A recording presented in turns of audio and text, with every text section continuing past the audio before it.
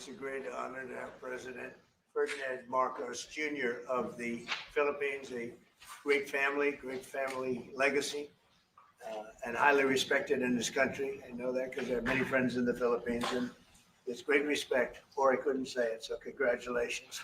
We're going to be talking about trade. We're going to be talking about war and peace. They're a very important nation militarily, and we've had some great drills lately. We're back with them. I think I can say that the last administration was not getting along with them too well. They didn't get along with anybody. They didn't know. Honestly, they didn't know what they were doing. But we have some fantastic military relationships with the Philippines, and that's been reinstituted. And Pete, I would say that you couldn't be happier, right, with the relationship. Great partners. So I just want to say it's an honor to have you. We're going to talk about trade today, and we're very close to finishing a trade deal, big trade deal actually. And we do a lot of business with you. It's a lot of income coming in for both groups. But I was surprised to see the kind of numbers. They're very big, and they're going to get bigger under what we're doing and what we're proposing. And I just want to thank you for being with us. It's a great honor. You and your representative. It's really a great honor. We have a big announcement. AstraZeneca, the big drug company, is going to spend $50 billion, just announced $50 billion in the United States in order to build various places all over the country, big manufacturing plants, pharmaceutical plants all over the country. So that's an honor. And he said they did that because of the election and because of the fact that the tariffs are placed. So they're building their facilities in New York. 50 billion, that's a big investment. And it's going to be a very good investment. I have no doubt about it. So thank you to AstraZeneca. And with that, I'd like to have you say a few words, please. Thank you very much, Mr. President. Of course, we're all very happy to be here to once again reaffirm the very strong ties between the Philippines and the United States, ties that go back over 100 years. And considering the context in which we live these days, especially in my part of the world, this has evolved into as important a relationship as is possible to have. We must remember that the United States is our only treaty partner in the Philippines, and that has stood us in good stead over the years, certainly through the Second World War, and the cultural memory of all Filipinos, down to even the school children, is that our strongest, closest, most reliable ally has always been the United States. That is something that we value, that we are grateful for, and that we will continue to foster as we go on. With the leadership of President Trump, I am very confident that we will be able to achieve that. I think it is worthwhile to remember that it was President Trump who, in his first term, characterized the relationship between the Philippines and the United States as ironclad. And that has been necessarily the case since that time that you made that statement, sir. And it is something that the Philippines will always hold close to its heart. Thank you once again, and we are honored, and it is our great pleasure to be here and to visit with the President of the United States. Thank you, sir. It's my great honor. Any questions? Mr. President, Yeah, please go ahead. Go ahead. Mr. President, do you think that Fed Chair Jerome Powell should resign? I think he's doing a bad job, but he's going to be out pretty soon anyway. In eight months, he'll be out. But I call him too late. He's too late all the time. He should have lowered interest rates many times. Europe lowered their rate 10 times. We lowered ours none. And it's causing a problem for people that want to buy a home. Look, our economy is so strong now, we're blowing through everything. We're setting records. You know that, you see that. And whether it's the Philippines or anyone else, we're setting records at levels that nobody's ever seen before. But you know what? People aren't able to buy a house because this guy is a numbskull. He keeps the rates too high, and probably doing it for political reasons. The only time I remember him cutting rates, I mean, he cut the rates just before the election to try and help Kamala or whoever he was trying to help. He probably didn't know. And he's building a building. He's $2.7 billion. They have a $900 million overrun. What is that? And that was given by Biden. That was another Biden deal. And this guy's building this building that's severely overrun. And what does he need the building for? Why does he need space for more people? So they did a big study the other day, and they called all of the great intellects and the great economists and all of the great everything. And it was 71, and only 2 got it right. Me and another gentleman that happens to be very smart. 69 people got it wrong, and the Fed got it wrong, more wrong than anybody. And he has these think tanks, and they build buildings for people that think. And it's really not thinking. It's a little bit of combination of thinking, but it's something you sort of have or you don't have. They don't. The job he's done is just terrible. He ought to raise interest rates. We should be at 1%. We should be leading the world. Instead, we're paying 4%. And if you look at what that means, that's over $1 trillion in interest that we have to pay. That with the striking of a pen, we would be saving more than $1 trillion. Is that right, Scott? Yes, Do you have sir. anything to say about it? Yes, sir. I called yesterday and this morning for the Fed to do a big internal investigation to understand not their monetary policy, but everything else. The Fed has had big mission creep, and that's where a lot of the spending's going. That's why they're building these new or refurbishing these buildings. And I think they got to stay in their lane. And I think that based on the way they cut rates last fall, they should be cutting rates now. It's inconceivable. I know the Fed very well, that they can be spending $2.7 billion to build a building. They don't do anything. It's the greatest job. You show up one day, a half a day, you make a little speech, the economy's doing well, the economy's not doing well, we're going to raise interest. And he's got it wrong. That's why I call him too late, T-O-O, too late. And it's really too bad. But it is affecting people that want to buy houses, and that shouldn't happen. And Mr. President, And he should lower them. Those rates should be 3 points lower. That's what they should be, 3 points lower, maybe more than that. Mr. President, I would like to ask both of you Yes. one question. Mr. President Marcos, next year, Philippines is going to be the rotating chair of ASEAN. I wonder, how do you plan to balance your relationship between the United States and China? And for President Trump, Kremlin yesterday said if you are going to Beijing in September, they wouldn't rule out a meeting between you and President Putin. Is such a meeting possible? And how soon do you plan to visit China? Well, we have a lot of meetings possible. President Xi has invited me to China, and we'll probably be doing that in the not too distant future, a little bit out, but not too distant. And I've been invited by a lot of people, and we'll make those decisions pretty soon. Please. Well, as you say, we are chairing ASEAN for 2026. There is no need, in a sense, to balance, as you characterize it, as to balance our relationship within the United States and China, simply because our foreign policy is an independent one, and we are essentially concerned with the defense of our territory and the exercise of our sovereign rights. Now, whether we do this not alone, we need to do this with our partners. And again, our strongest partner has always been the United States. But of course, we are trying to form coalitions and multilateral relations so that those like-minded nations who share the same values as we do, who hew to international law, most specifically the UNCLOS,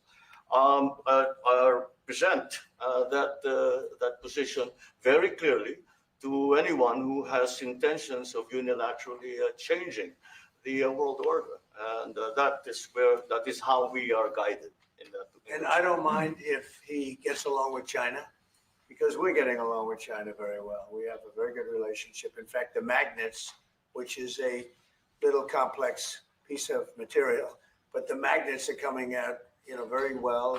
They're sending them in record numbers. We're getting along with China very well, and I don't mind if the president dealt with China, that's meant because I think he has to do what's right for his country. I've always said, make the Philippines great again. Do whatever you need to do, but you're dealing with China wouldn't bother me at all. Well, now it is something that we have to do in any case. Yeah. Certainly.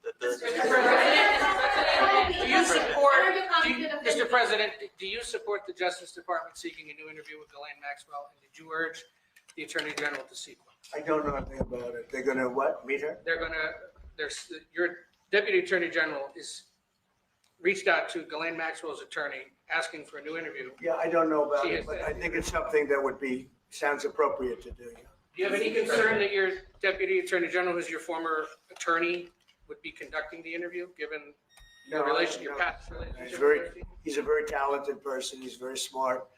I didn't know that they were going to do it. I don't really follow that too much. It's sort of a witch hunt, just a continuation of the witch hunt. The witch hunt that you should be talking about is they caught President Obama absolutely cold, Tulsi Gabbard.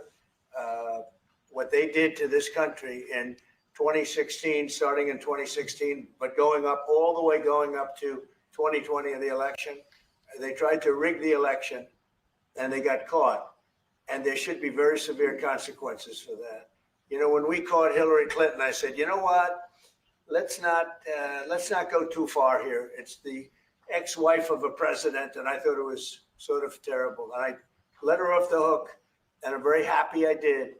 But it's time to start after what they did to me, and whether it's right or wrong, it's time to go after people. Obama's been caught directly. So people say, oh, a group. It's not a group. It's Obama. His orders are on the paper. The papers are signed. The papers came right out of their office. They sent everything to be highly classified. Well, the highly classified's been released. And what they did in 2016 and in 2020 is very criminal. It's criminal at the highest level. So that's really the things you should be talking about. I know nothing about the other, but I think it's appropriate that they do go. May I ask you about that, Mr. President?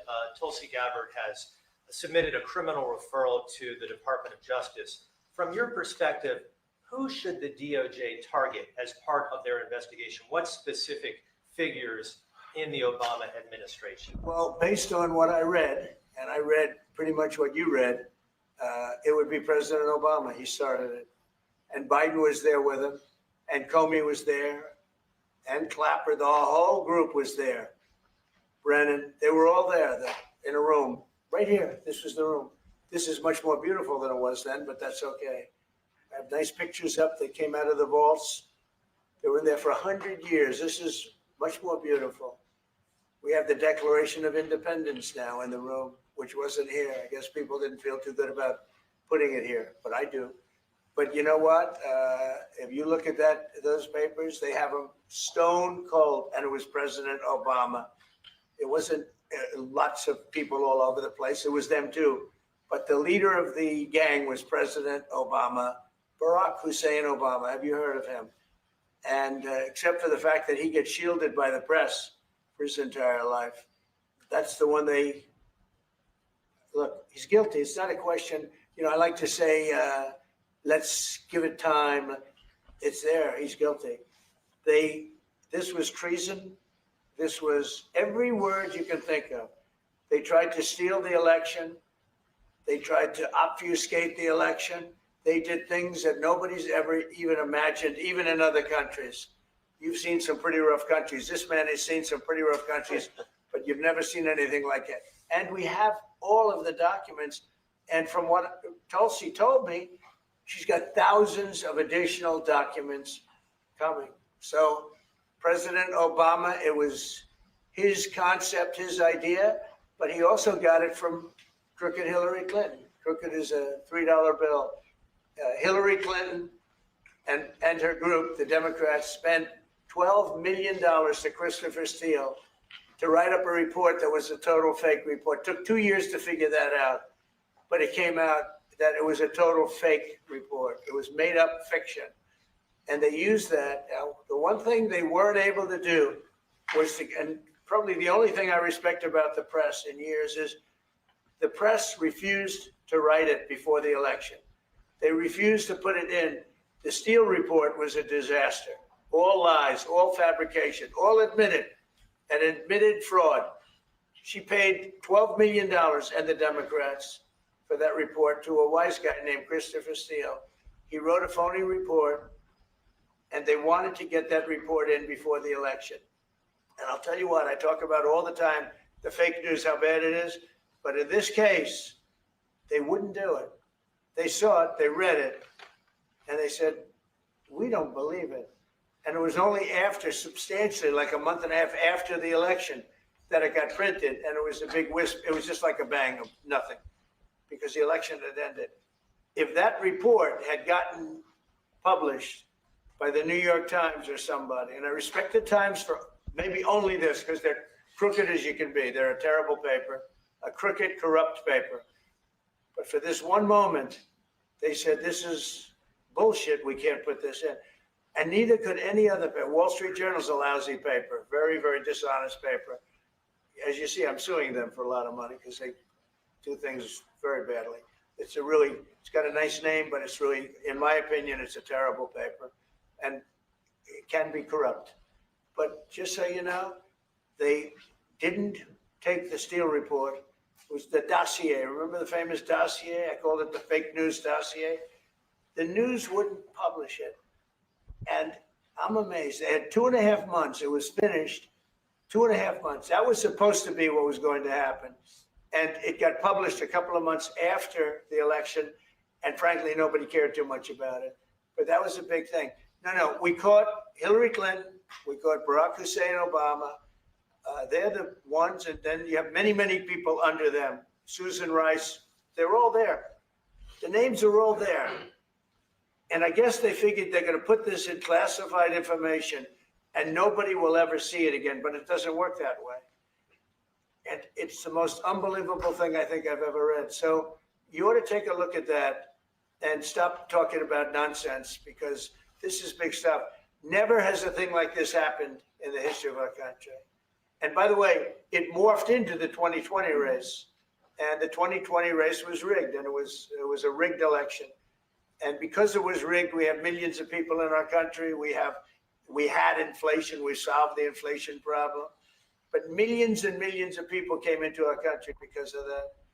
And people that shouldn't have been, people from gangs and from jails and from mental institutions, people that we don't want in our country, people that we're getting out, dangerous people. 11,888 murderers, many of them 50%, more than 50%, murdered more than one person. I hate to say this with such a distinguished guest, but they asked me a question. I got to answer the question.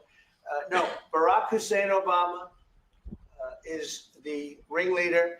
Hillary Clinton was right there with him, and so was Sleepy Joe Biden, and so were the rest of them. Comey, Clapper, the whole group.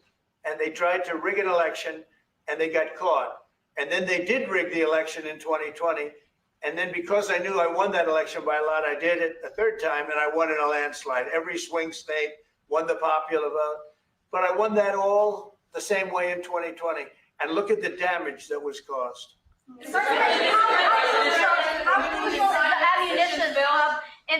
How crucial is the ammunition hub that the U.S. plans to build in Subic and the Luzon corridor, considering that these will be built in areas that hosts strategic ports as well as military air bases? You're talking ammunition? Yes, the U.S. House Congressional Committee on Appropriations approved the budget. What's very important. Otherwise, we wouldn't have approved it. Sorry. Yeah, it's very important. Otherwise, we wouldn't. We need ammunition. We're going to end up in a few months, we'll have more ammunition than any country has ever had. We're going to have more missiles than any country has ever had. We're going to have all the speedy missiles. We'll have the speedy ones, the slow ones, the accurate ones, the ones that are slightly less accurate. We have everything. But we will have more ammunition than any country has ever had. It's very important to me. And how Go ahead, please, Red. Sir, when you say that you're close to making a trade deal, what gaps remain? And for President Marcos, sir, I was just wondering, do you not think that perhaps the Philippines hosting U.S. missile systems could be considered escalatory by China, especially because they can strike even to mainland China? Thank you. Well, it's an honor to be with this gentleman. I've known him, and I've known his family, actually, but I've known him And I assume you're from the Philippines? Are you from the Philippines? Yes, sir. That's good. You're very lucky to be from the Philippines. It's a great place. But we're gonna have a very good relationship. I mean, I know you had some problems with another president, and it was not your fault. It was the president's fault, and the country was maybe tilting toward China, but we untilted it very, very quickly. But you had a country that was tilting toward China for a period of time, and I just don't think that would have been good for you. You can deal with China, you should deal with China, but when I got elected, everything changed and they came right back to us. President Trump. My question to President Marcos, sorry. Say it again. Yeah, Brian, go ahead. Oh, Mr. President, I just wanted to piggyback off Sorry, I housing. have a question to President Marcos. I'll let you Yes, answer yes. first. I'm sorry, what was the question again? It was about whether having U.S. missiles hosted in the Philippines could be considered escalatory by China. All of what we consider part of the modernization of the Philippine military is really as a response to the circumstances that surround the situation around the South China Sea and now what we used to refer to as Asia Pacific, which we have expanded now to the Indo-Pacific. And if we would certainly, like in any kind of military spending, we would wish that it wasn't necessary, but it is. And so that is what we are doing. And as an adjunct to the question about the ammunition production, this is actually the United States is assisting the Philippines in what we call our self-reliance defense program, which is to allow us to be self-reliant and to be able to stand our own 2 feet, whatever the circumstances that occur in the future. And the reason that we have encouraged more interaction with the United States is because it is necessary. And it is not just with the United States. It is with all our neighboring countries and even countries as far afield as the Scandinavian countries, the EU. And so this is an ongoing process. And again, I will stress the point that we do this because we feel it is necessary. And don't forget, just as tantamount to what you're asking, the Philippines were loaded up with ISIS and a lot of terrorists, and they were at a very, very dangerous point. And during my administration, we went in and we wiped them out, working with the Philippines, but we wiped them out. But if we didn't go in, I don't know what would have happened. I don't know who would be your president right now. But we spent a lot of time and a lot of talent on going into the Philippines and wiping out terrorists. They had a tremendous problem during my administration, and we cleaned it up. We got them out, and now you really have a good, solid country again. I believe so. Yes. How can you Mr. President, I want to follow up on the housing question. Yeah. You've got no tax on tips, no tax on overtime, no tax on Social Security. How important is it we have no tax on home sales, capital gains, to unleash the housing market? Well, we're thinking about that, but would also unleash it just by lowering the interest rates. If the Fed would lower the rates, we wouldn't even have to do that. But we are thinking about no tax on capital gains on houses. And very impressed that you asked that question because nobody knew that. Well, How did you find that out? That's very. I wonder why there's somebody I'm very close to. There's a leaker. There's a leaker. I've also got a question. I find it a very interesting world that we know more about two people at a Coldplay concert just hours after that viral video than we know of Thomas Crooks 1 year after attempting to assassinate you. What is holding back the investigation on Thomas Crooks? Well, they've reported to me and they've told me things, and they really say they haven't found anything that was abnormal. I would say this: the Secret Service was very brave because they were right there and they jumped on me. They made a mistake. They should have had somebody on that roof, and they should have had communication with the local police, who also, they did a very good job, but they made some mistakes, and we have a whole different group of people now.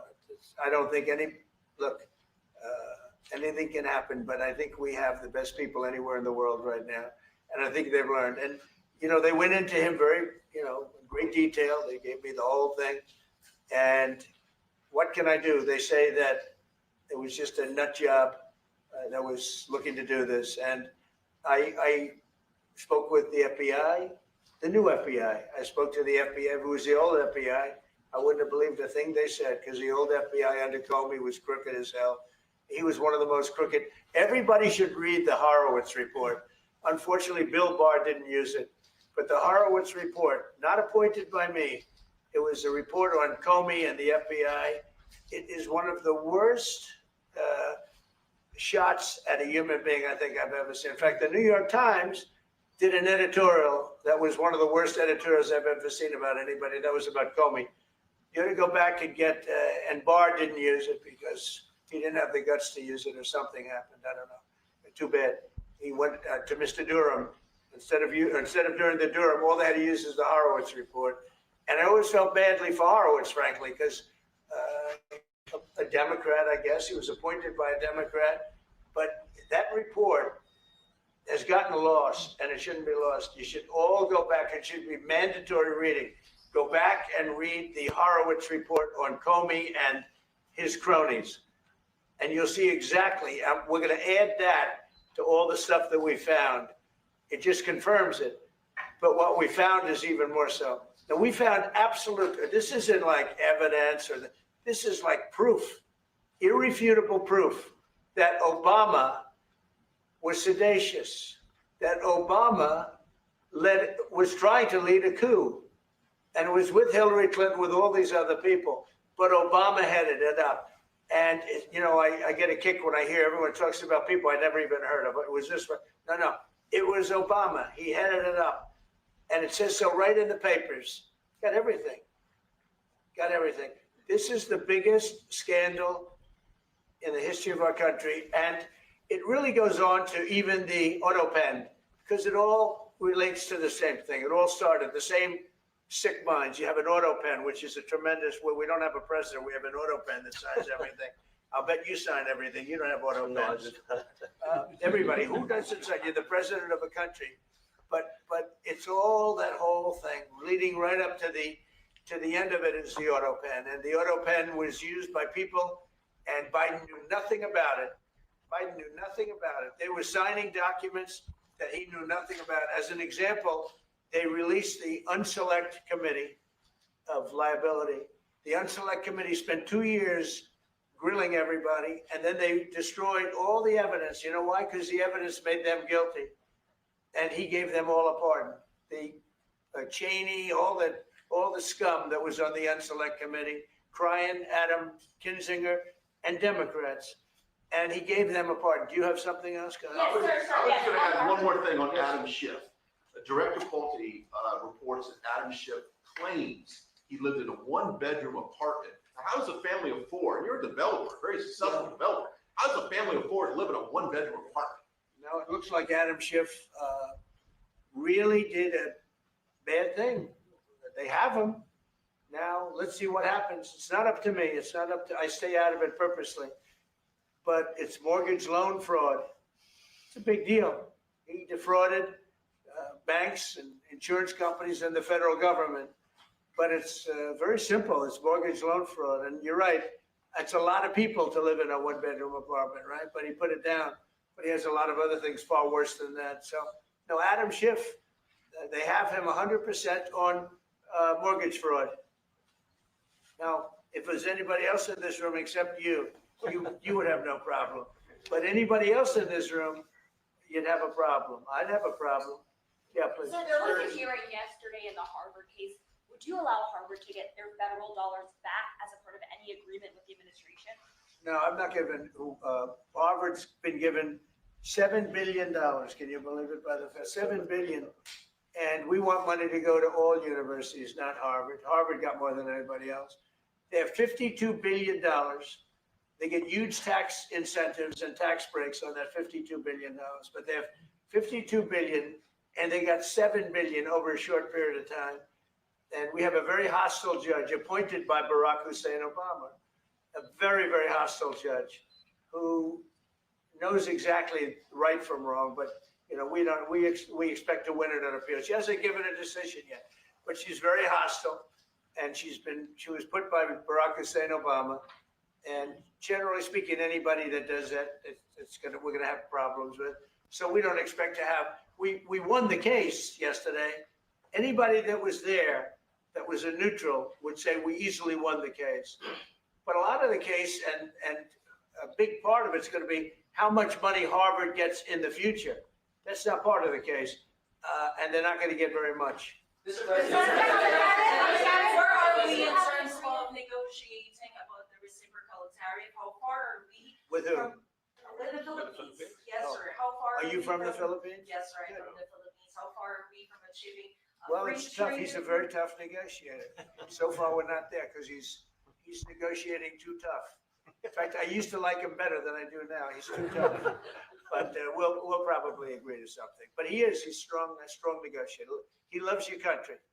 Mr. President, Mr. President, When are you coming to the No, Philippines, sir? please. you talked a lot about severe consequences that those who are involved in the Russia hoax must face. In your view, sir, what are the next steps now that these documents are out there?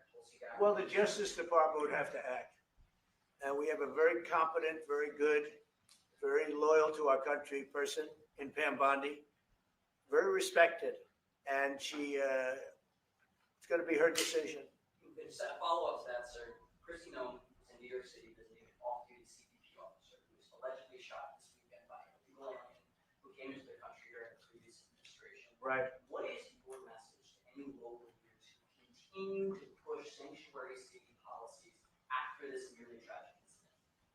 So the only thing I don't understand, because you like to understand things and we're all smart people and all, but why would they allow 21 million people into our country, unvetted, unchecked? You don't allow it. You wouldn't allow people then. He's tough. No, the country's run properly. Biden and his group of thugs, and I don't think it was Biden, I think it was the people that surrounded that beautiful Resolute desk right behind you. They allowed 21 million people, probably much more than that, and many of them came from jails and gangs and drug dealers and mental institutions, insane asylums. Many of them are very sick. 21 million, probably 25 million, probably even more than that. And we're getting them out. Many were murderers, as I said. They killed people. Many killed more than one person. Stone cold murders. I don't understand why they would have allowed that. There's only two reasons. The vote. Is there one voters? It's one reason. I don't think they would have done it for that because they cheat. You know, they're so good at cheating, they don't need that. But the vote, and the second reason is they hate our country. I think they hate our country. I actually do. And it's the biggest problem. I mean, much of our time is spent with, you know, we have the strongest border anywhere in the world now. Maybe even stronger than your border, if you can believe it. We have no people came in last month, zero, which is pretty amazing. I'm not even sure I can believe that, but liberals are the ones that do that calculation. So, but we had no people come in. A year ago, we had hundreds of thousands of people come in, hundreds of thousands of people. And they flowed in. And if it wasn't for the election, it would have been millions of people came in last year. So millions of people prior to election time, they allowed millions and millions of people to come into our, I mean, you saw it. They'd opened the gates. If you took an Alabama LSU football game that holds 128,000 people, I was there, 128,000 people. And I liked them and they liked me. But if you took that and doubled it, that's what used to flow into our country on a daily basis. It's not even believable. And we're getting them out, and we're starting with the worst ones. And we had a man shot yesterday, a police officer who was a great gentleman, shot right here in the throat. Probably won't be able to speak again. But he was brave, and he shot the other guy, and they ended up getting him. And you saw the scene where his friend took him to a hospital and dumped him down on the sidewalk. The whole thing was crazy. But why would anybody do to our country what these Democrats have done? And honestly, we can never forget it. We can never forget it. What they have done, the damage that they've done to America is very, very sad. Thank you very much, everybody. Thank you, Fred. Thank you, guys. Head out right